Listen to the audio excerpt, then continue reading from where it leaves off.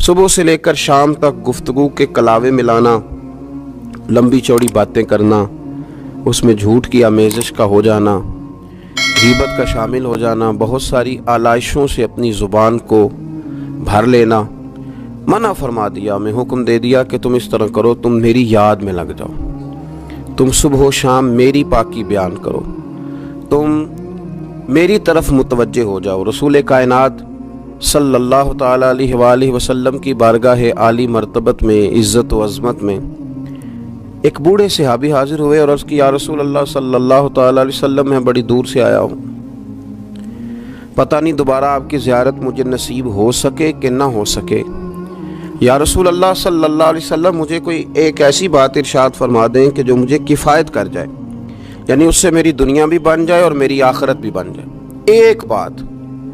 تو نبی پاک صلی اللہ علیہ وسلم نے فرمایا، تیری زبان ہر وقت اللہ کے ذکر سے تر رہنی چاہیے، یہ بات تجھے کفایت کر جائے گی، تیرا فائدہ کر جائے گی، دنیا اور آخرت میں تجھے نفع دے جائے گی۔ اسلام نے ہر وقت ذکر الہی کا حکم دیا، سونے کے وقت کی دعا بھی سکھلائی، اٹھتے وقت کے الفاظ بھی سکھائے۔ اسلام نے کہا کہ کھانا کھانا ہے تو بسم اللہ شریف سے شروع کر لینا، اور جب ختم کرنا تو الحمدللہ پہ ختم کر لینا، جب تمہیں کوئی چیز بھلی لگے تو پھر ماشاءاللہ کہہ لینا، جب کوئی مصیبت آئے تو انا للہ و انا الیہ راجعون پڑھ لینا، اور جب سیڑھیاں چڑھنے لگو تو اللہ اکبر کہا جائے، اور اونچائی سے اترنے لگو تو سبحان اللہ کہا جائے۔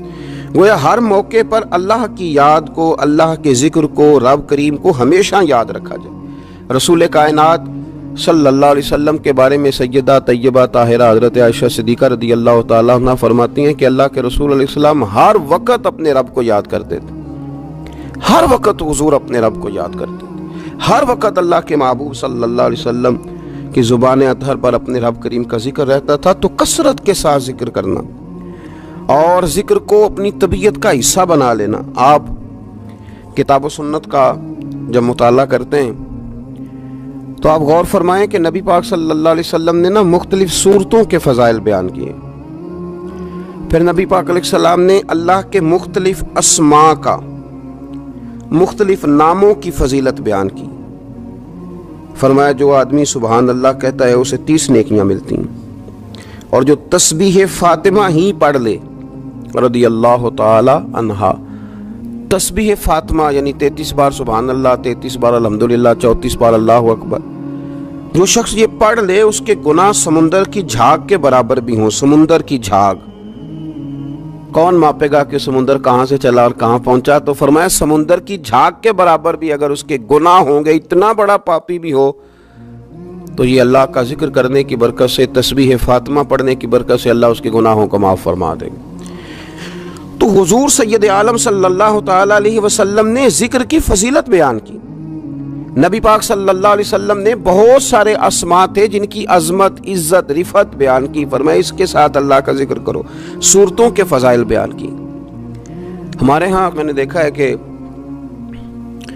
بعض واعظین اور بعض نقیب حضرات یا بعض ایسے لوگ جو بات کرتے ہیں، تو اگر ان کی بات توجہ سے نہ سنی جائے تو وہ خود کئی دفعہ کہہ دیتے ہیں کہ میری بات ضائع نہ کر دینا، میرا جملہ ضائع نہ کر دینا۔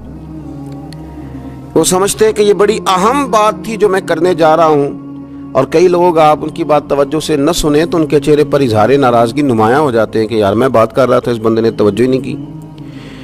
تو نبی پاک صلی اللہ علیہ وسلم کی جو باتیں ہیں، جو حضور نے فضائل بیان کیے کہ لا حول ولا قوت الا باللہ، تمہیں غموں سے نجات دے گا، اور نبی پاک صلی اللہ علیہ وسلم نے یہ جو فضیلت بیان کی کہ جب تم کہتے ہو سبحان اللہ و بحمدہ سبحان اللہ العظیم، تو زمین آسمان کے درمیان جتنی جگہ ہے اتنا اللہ تمہیں اجر کا بھر کے جو ہے وہ عطا فرماتا ہے اپنے فضل سے۔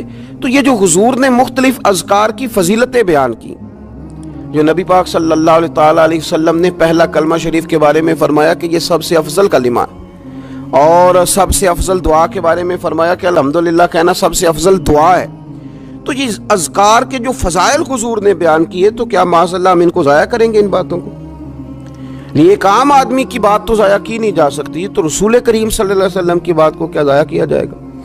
تو پھر جو بات سمجھنے کی ہے، جو بات غور کرنے کی ہے، جس پر ہمیں خاص توجہ دینی ہے، وہ یہ ہے کہ ہم ہر اس فضیلت کو ڈھونڈیں، تلاش کریں جو نبی پاک نے بیان فرمائی، اور پھر ہم اس فضیلت کی روشنی میں ان اذکار کو کرنے کی کوشش کریں، ان ساری باتوں کی طرف توجہ کریں۔ اور جب آپ اللہ کا ذکر کر رہے ہوتے ہیں نا، تو جس طرح آپ کے وجود کی غذا ہے روٹی، کھانا، پانی، ہوا، صحت، سانس، یہ آپ کے وجود کو زندہ رکھتی ہے، تو ایک روح کی غذا ہے، روح کی غذا ہے رب کریم کا ذکر، اللہ کی یاد۔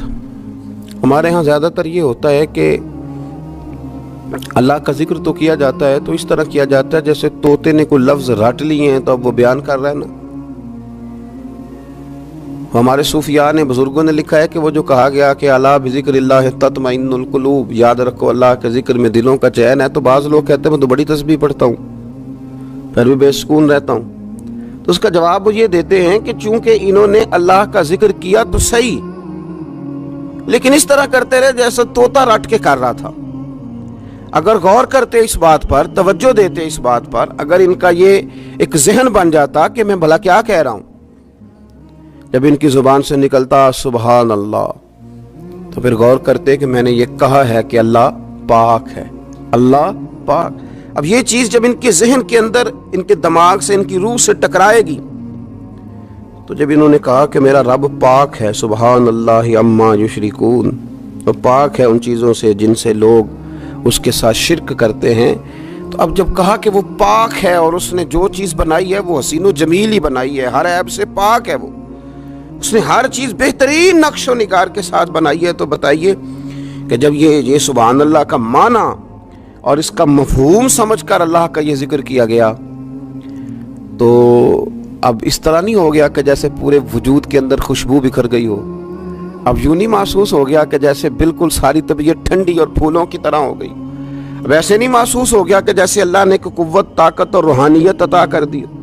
اور پھر جب کسی شخص نے کہا کہ الحمدللہ، تمام تعریفیں اللہ کے لیے، تو اب آپ اندازہ فرما لینا کہ وہ کتنا عظیم اور کتنا بڑا مالک ہے، کہ کہا جا رہا ہے کہ میں کسی کی کوئی جھوٹی تعریف نہیں کروں گا، مجھ سے کسی کی خوشامد نہیں ہوتی، اور کوئی کتنا بھی اونچا چلا جائے یہ ساری تعریفیں کمزور ہیں، حدود والی ہیں، ایک رب ہے الحمدللہ جس کے لیے تمام تعریفیں اسی رب کے لیے۔ اور جب کہا اللہ اکبر، اللہ بہت بڑا ہے، جب اس کی زبان سے یہ جملے نکلتے ہیں تو آپ ذرا غور فرمائیں کہ وہ کہاں پہنچ جاتا ہے۔ وہ پھر کیا کبھی کسی سے ڈرے گا؟ وہ کسی چیز کا خوف طاری کرے گا؟ کوئی چیز ایسی ہوگی جو اس کی نفسیات پر حاوی ہو سکے؟ سب سے بڑا تو اللہ ہے، تو وہ کبھی بھی کسی بڑے آدمی کے رعب کا شکار نہیں ہوگا، وہ کبھی کسی کی دولت، کسی کا اقتدار، کسی کی قوت اور کسی کی ظاہری طور پر تھوڑی بہت چمک اسے خیرہ نہیں کر سکے گی، اس لیے کہ وہ جانتا ہے کہ اکبر صرف اللہ ہی ہے۔ تو اب اس کے اندر بہت بڑی طاقت آئے گی، بہت بڑی ہمت آئے گی، وہ بہت زیادہ اپنے آپ کو قوت والا محسوس کرے گا۔ تو یہ جب تھوڑا سا غور کرتا ہے کہ میں کیا کہہ رہا ہوں، میری زبان سے کیا نکل رہا ہے، تو پھر یہ ذکر الہی اس کو ٹھنڈک دیتا ہے، پھر اس کو سکون دیتا ہے، پھر اس کو قوت ملتی ہے۔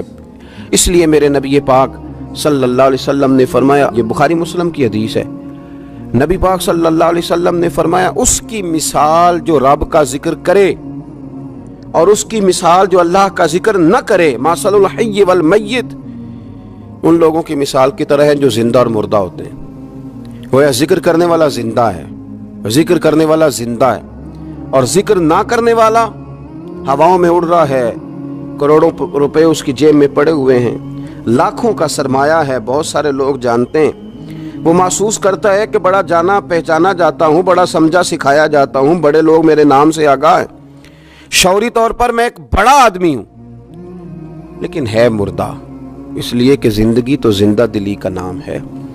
مردہ دل کیا خاک جیا کرتے ہیں؟ زندہ وہ ہے جس کا مصلی آباد ہے، زندہ وہ ہے جس کی زبان اللہ کو یاد کرتی، زندہ وہ ہے جس کا کبھی کبھی دل کرتا ہے کہ آج قرآن شریف کھول لوں، زندہ تو وہ ہے جس کی طبیعت چاہتی ہے کہ یار آج لاؤ نا تسبیح، تھوڑا سا درود و سلام اپنے محبوب پہ پڑھوں، زندہ تو وہ ہے جو کبھی کبھی اس کی یاد میں محو ہو، اکیلے بیٹھا بھی ہو تو پھر بھی اس کی زبان پہ ذکر اور آنکھوں میں آنسو جاری ہو جاتے۔ جس کو یاد کر کے محو ہو جاتا ہے.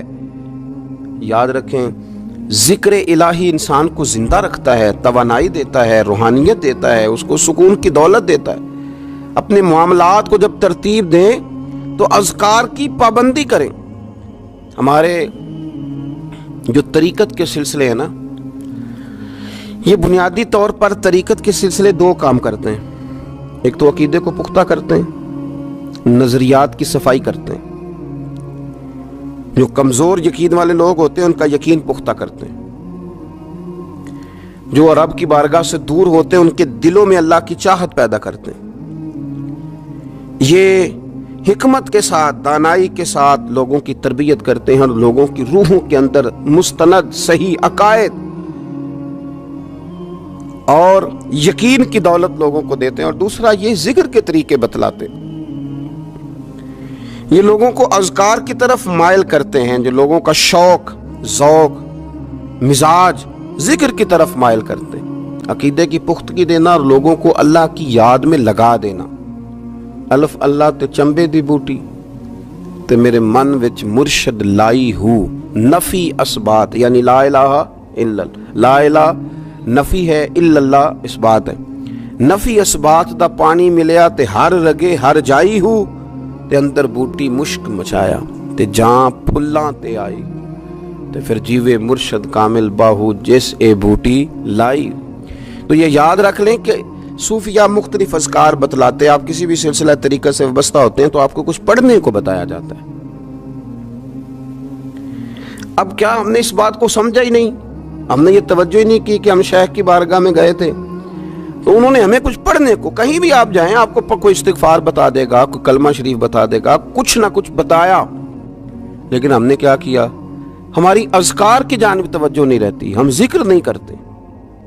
ہمارے لیے جو کام سب سے مشقت والا ہے وہ ہے ذکر. اچھا آپ بڑا عجیب آدمی ہے نا جو کسی کالج میں یونیورسٹی میں داخلہ لے اور چاہتا بھی پاس ہونا ہے پر کتاب کھول کے نہیں دے کے پڑھنا چاہتا، نمبر بھی چاہتا ہے میرے 100% ہوں، لیکن کہتا ہے مجھے کتاب نہ پڑھنی پڑے. تو یہ تو بیوقوفی ہے نا. آپ کو نصاب پڑھنا ہے اور نصاب کی تیاری کرنی ہے اور پھر نصاب کے مطابق آپ کو چلنا ہے. آپ کا ایک نصاب ہے. تو طریقت ایک یونیورسٹی کا نام ہے. جب آپ طریقت کے شعبے میں داخلہ لیتے ہیں تو آپ کو اذکار بتائے جاتے ہیں، آپ کو وہ اذکار کرنے ہیں، وہ وظائف پڑھنے ہیں، ان پر آپ کو توجہ دینی ہے، ان پر آپ کو غور کرنا ہے. تو ذکر جب آپ کریں گے تو پھر آپ کو بہت ساری ایسی چیزیں نصیب ہوں گی جن کا نفع ہوگا.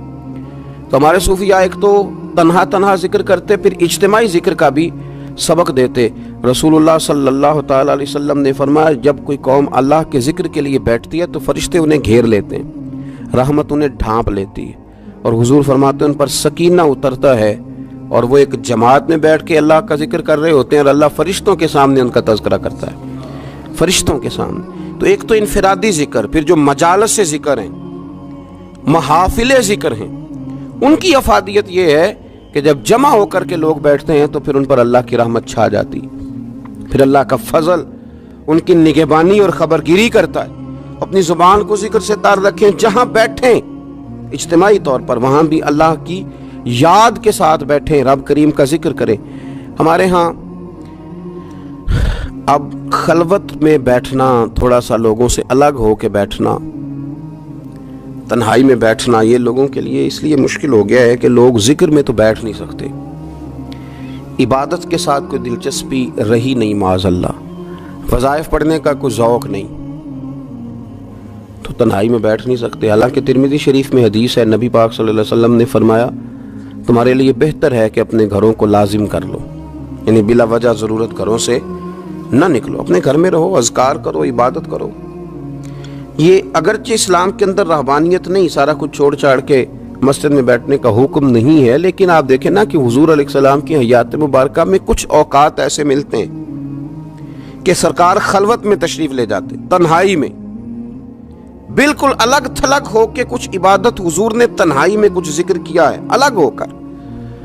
اعلان نبوت سے پہلے اللہ کے محبوب علیہ السلام مہینوں غار حرا میں رہا کرتے تھے. وہاں کیا ہوتا تھا؟ اللہ کا ذکر ہوتا تھا، اللہ کی یاد ہوتی تھی، عبادت، ریاضت، تقوی، پرہیزگاری. پھر آپ یہ دیکھیے کہ نبی پاک صلی اللہ تعالی علیہ وسلم ہر سال رمضان المبارک میں 10 دن کا اعتکاف کرتے. اگرچہ حضور کے ذمے تبلیغی ڈیوٹیاں ہیں، سرکار کے ذمے جہاد کے بہت سارے معاملات ہیں، نبی پاک علیہ السلام نے 23 سالوں میں پوری دنیا کو انقلاب آشنا کرنا ہے، لیکن اس کے باوجود رسول کائنات صلی اللہ تعالی علیہ وسلم ہر سال رمضان کے آخری عشرے کا اعتکاف کرتے۔ اس کے علاوہ بھی حضرت عائشہ صدیقہ رضی اللہ تعالیٰ عنہ فرماتی ہیں، رات کو مجھ سے فرماتے ابو بکر کی بیٹی تو اجازت دے تو رب کو راضی نہ کر لوں، وہاں بھی تنہائی میں کھڑے ہو جاتے۔ تو نبی پاک نے ہمیں بتلایا کہ کچھ وقت تنہائی کا تمہارے رب کے ساتھ گزرنا چاہیے، کچھ اوقات ایسے ہونے چاہیے۔ تو رمضان المبارک کی مقدس گھڑیوں میں بالخصوص یہ کوشش کریں اور بالاہتمام یہ کوشش کریں کہ کچھ اوقات اللہ کی بارگاہ کے ساتھ گزریں، کچھ وقت دعاؤں میں، التجاؤں میں، راز میں، نیاز میں۔ دیکھیں نا کتنا اپنے آپ کو ہلکا لوگ محسوس کرتے ہیں کسی بندے کو اپنا دکھڑا سنا کے، کتنا لوگ ہلکا محسوس کرتے ہیں۔ حالانکہ نبی پاک صلی اللہ علیہ وسلم نے فرمایا جو آدمی لوگوں کے سامنے اپنا فقر بیان کرے اللہ اسے غنی نہیں کرے گا، اور فرمایا جو اپنے رب کے سامنے اپنا فقر بیان کرے گا جلدی یا دیر سے اللہ اسے غنی ضرور کر دے گا۔ تو آپ مصلی پہ بیٹھیں، اپنی خلوت کو مضبوط کریں، کچھ نہ کچھ تنہائی کی عبادت تھوڑا وقت نکال کے رات کو، صبح کو، جیسے آسانی ہو ضرور اس پر توجہ دیں۔ رسول کریم صلی اللہ علیہ وسلم نے اپنے عمل سے، اپنے پیغام سے، اپنی گفتگو سے ہمیں اس طرف مائل کیا۔ تو ایک بات آخر میں اور جو بڑی سمجھنے والی ہے اس پر بھی توجہ کریں۔ کچھ لوگ کہتے ہیں جی میں غافل ہو گیا ہوں تو میرے لیے مشکل ہو گئی ہے ذکر کرنا، تلاوت کرنا، عبادت کرنا، وقت غفلت میں زیادہ گزرتا ہے۔ بندہ غافل کب ہوتا ہے؟ نبی پاک صلی اللہ علیہ وسلم نے فرمایا شیطان جاسم علی قلب ابن آدم، فرمایا یہ جو شیطان ہے یہ انسان کے دل کے ساتھ چمٹا رہتا ہے۔ فَإِذَا ذَكَرَ اللَّهَ خَنَسَ، جب انسان اللہ کا ذکر کرتا ہے تو یہ اس کا دل چھوڑ کے ہٹ جاتا ہے۔ اور فرمایا وَإِذَا غَفَلَ وَسْوَسَ، جب انسان غافل ہوتا ہے تو پھر شیطان وسوسہ ڈالتا ہے۔ اب نبی پاک علیہ السلام کی حدیث مبارک پر غور فرمائیے، حضور فرماتے ہیں کہ شیطان آدمی کے دل کے ساتھ چمٹا ہوا ہے۔ جب بندہ کرتا ہے نا اللہ کا ذکر تو یہ بندے کا دل چھوڑ کے دور چلا جاتا ہے۔ اور فرمایا وَإِذَا غَفَلَ وَسْوَسَ، جب بندہ غافل ہوتا ہے تو شیطان وسوسہ ڈالتا ہے۔ یہ نہیں فرمایا کہ شیطان وسوسہ ڈالے تو بندہ غافل ہوتا ہے، پہلے بندہ غافل ہوا ہے، پہلے اس نے ذکر چھوڑا ہے۔ اگر یہ ذکر نہ چھوڑتا تو شیطان اسے غافل نہ کرتا۔ تو آپ اگر شیطان کو بھگانا چاہتے ہیں تو پکڑ لیں، تسبیح کریں اللہ اللہ، وہ بھاگ جائے گا۔ اگر آپ غفلت کی چادر اتارنا چاہتے ہیں، آپ بستر میں اٹھنے کو طبیعت نہیں چاہ رہی تو آپ ایک دفعہ ہمت کریں تو صحیح، وضو کریں تو صحیح، پھر دیکھیں اللہ کتنی قوت دیتا ہے، وہ بھاگ جائے گا۔ جب آپ ایک دفعہ بسم اللہ شریف پڑھ کے نکلیں گے اپنے بستر سے اور بچھائیں گے مصلی اور کریں گے اللہ اللہ، تو دیکھیے کس طرح اللہ آسانی کرتا ہے۔ ہم اپنی اس غفلت کی بنیاد پر اس کو آواز دیتے ہیں کہ آجا میرے ساتھ دوستی کر لے۔ تو شیطان کتنی طاقت نہیں ہے کہ بندہ مومن پر غلبہ پا سکے، وہ تو اللہ کے مخلص بندوں پر غلبہ کر ہی نہیں سکتا۔ چلو بات اتنی ہے کہ جب ہم غافل ہوتے ہیں، جب ہم ذکر چھوڑ دیتے ہیں، جب ہم یہ ذوق ہی نہیں پیدا کرتے کہ میں کچھ اللہ اللہ کر لوں، اپنی طبیعت کو لگائے ذکر میں، اپنا مزاج، اپنا دل، اپنی آنکھیں، اپنی روح، اس کو اللہ کی یاد کے ساتھ محو کریں، پھر دیکھیں اللہ کتنی آسانیاں